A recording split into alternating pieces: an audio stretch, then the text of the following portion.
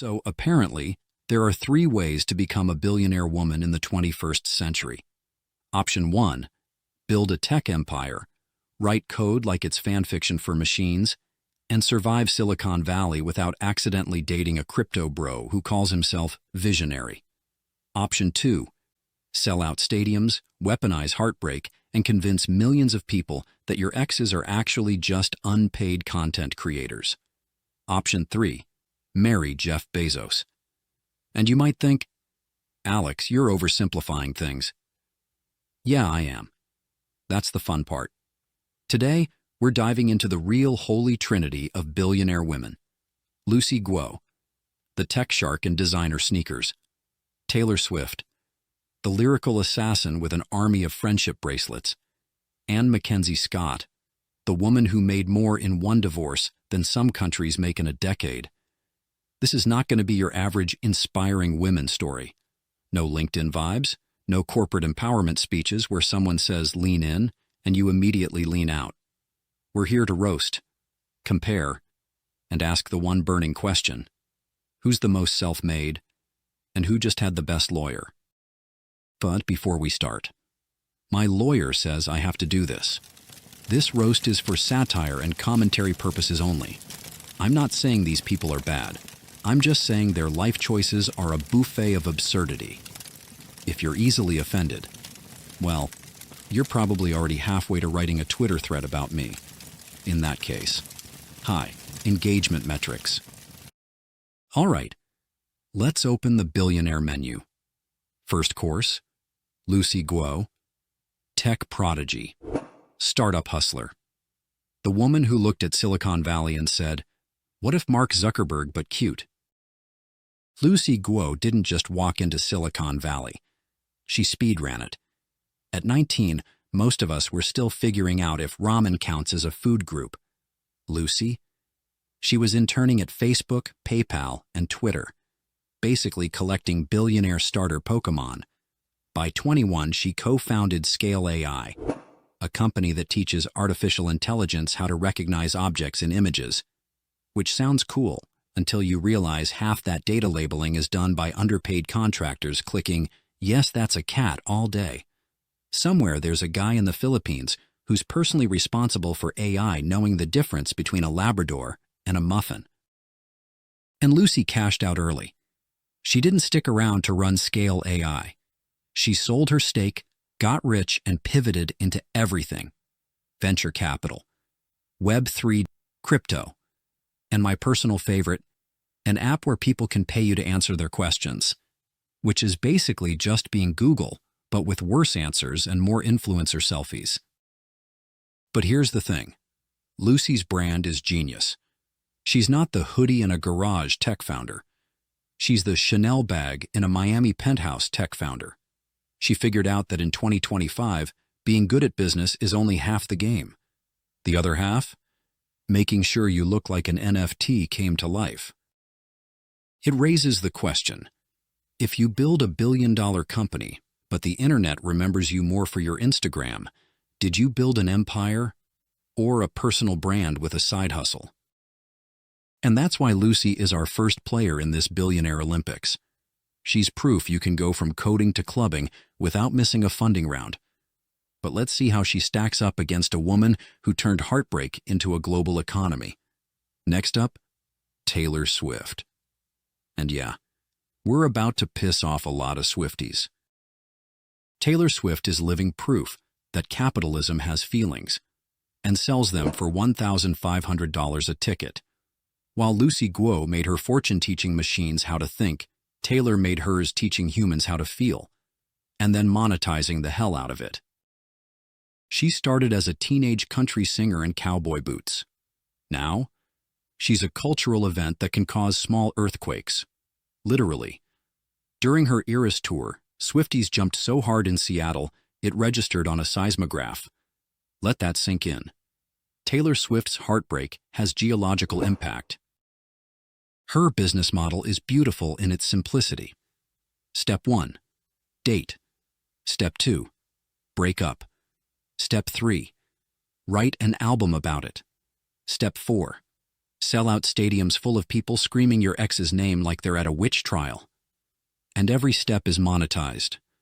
Album sales, merch, tour, streaming rights, even re-recordings of her old songs, because apparently nostalgia now comes with deluxe editions.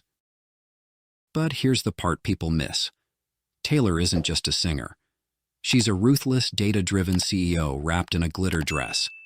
She studied her audience, built an emotional monopoly, and then weaponized FOMO. Swifties don't just buy tickets. They take out loans for them. Somewhere out there, someone's still paying off their all-too-well experience on a credit card. In a way, Lucy Guo and Taylor Swift are the same species. Both built empires on a personal narrative. Lucy sold the dream of being the glamorous tech founder.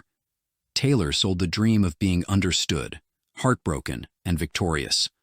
All in 3 verses and a bridge. But Taylor's genius is this.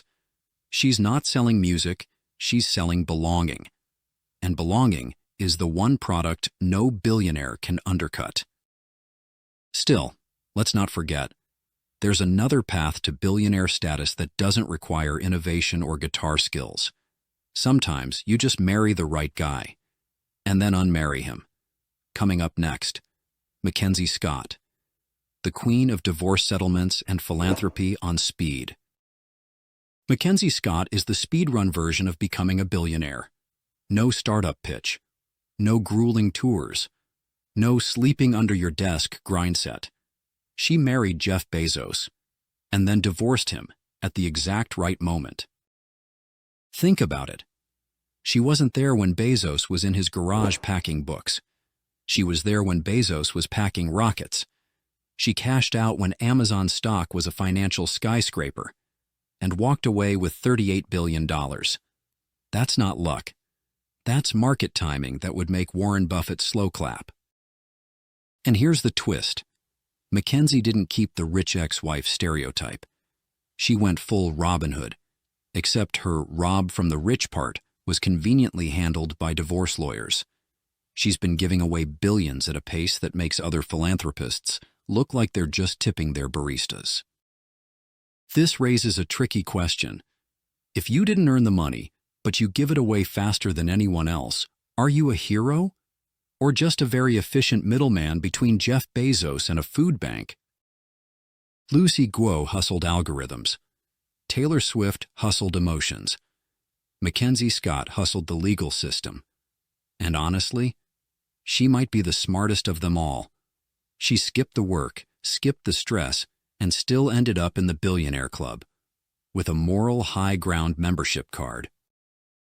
But our final act isn't about billionaires who built, sang, or divorced their way to the top. It's about the women who inherited it all and how they became accidental power players in a game they didn't even sign up for. We've met the builders. We've met the singers. We've met the divorce speedrunners. Now, let's talk about the Born Rich Club. The women who didn't climb the mountain. They woke up and realized their bed was already at the summit. These are the billionaires who don't have an origin story. No childhood garage. No record deal. No messy court battle. Their superpower? Being born at the exact right coordinates with the exact right last name. Take Françoise Bettencourt Myers, the L'Oreal heiress. Her net worth is so high, she could buy every shampoo aisle in the world and still have enough left over to launch a perfume called Eau de I Don't Work Here. Or Gina Reinhardt from Australia. Inherited a mining empire, but somehow managed to market herself as a self-made billionaire. That's like inheriting a pizza chain and saying you built it from scratch because you once added extra cheese to your order. These heiresses live in a parallel universe. Lucy Guo fought for funding. Taylor Swift fought for the charts. MacKenzie Scott fought for divorce terms. Heiresses? They fight over who gets the bigger yacht slip in Monaco. And here's the thing. The media loves calling them powerful women, but power without effort is just luck with a PR team. But here's where it gets interesting, because the way we treat these women in the public eye says a lot about how we define success. We're going to rip that definition apart. Here's the uncomfortable truth. no matter how different their journeys look. Lucy Guo, Taylor Swift, MacKenzie Scott, Françoise Bettencourt Myers. They're all playing the same game. And the game is rigged. Some of them coded apps. Some wrote breakup anthems. Some hired very good divorce lawyers. Some were just born in the right penthouse. Different opening chapters. Same ending. They're part of a club that almost nobody gets to join. And the world eats up their stories. Because we want to believe that success is a formula. Start from nothing. Work hard. Be smart. Get lucky. Or start from everything. Do anything. And still get lucky. But the myth we're sold is this. If she's rich, it must be because she's exceptional. If she's poor, it must be because she's not. It's the same story they've been telling for centuries, just with better Instagram filters. We don't see the safety nets, the family offices, the connections. We just see the highlight reel. And the most ironic part? Billionaire women have to work twice as hard, not to get rich, but to convince you they deserve to be rich. So we end up in this weird cultural space where a billionaire man is powerful, but a billionaire woman is inspiring. And if you think that's progress, it's not. It's the same pedestal, just a different paint job. Here's the part nobody likes to hear. Billionaire culture, no matter how shiny, is a distraction. They're the magicians. We're the audience. And while we're staring at the hand with the diamond ring, the other hand is in our pockets.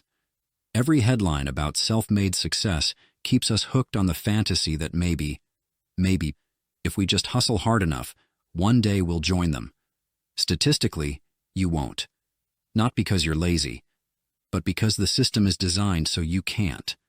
Meanwhile, the billionaires, male or female, get to be inspirational Pinterest boards while wages stagnate, housing costs explode, and people work 3 jobs to survive. But hey, at least you can buy Taylor Swift tickets. If you sell a kidney, that's the price of the fairy tale. You get a story. They get your money. You get hope. They get power. And in the end, it doesn't matter if the hand holding the diamond is manicured or not. It's still holding it over your head. So if you actually want to level the playing field, don't just stand billionaires. Laugh at them. Question them. Roast them. And maybe, just maybe, we stop treating extreme wealth like a personality trait. If you made it this far, you're officially part of the rebellion. Hit that subscribe button because here we don't just scroll, we see. And the next roast? Let's just say, it's gonna make this one look like a warm-up.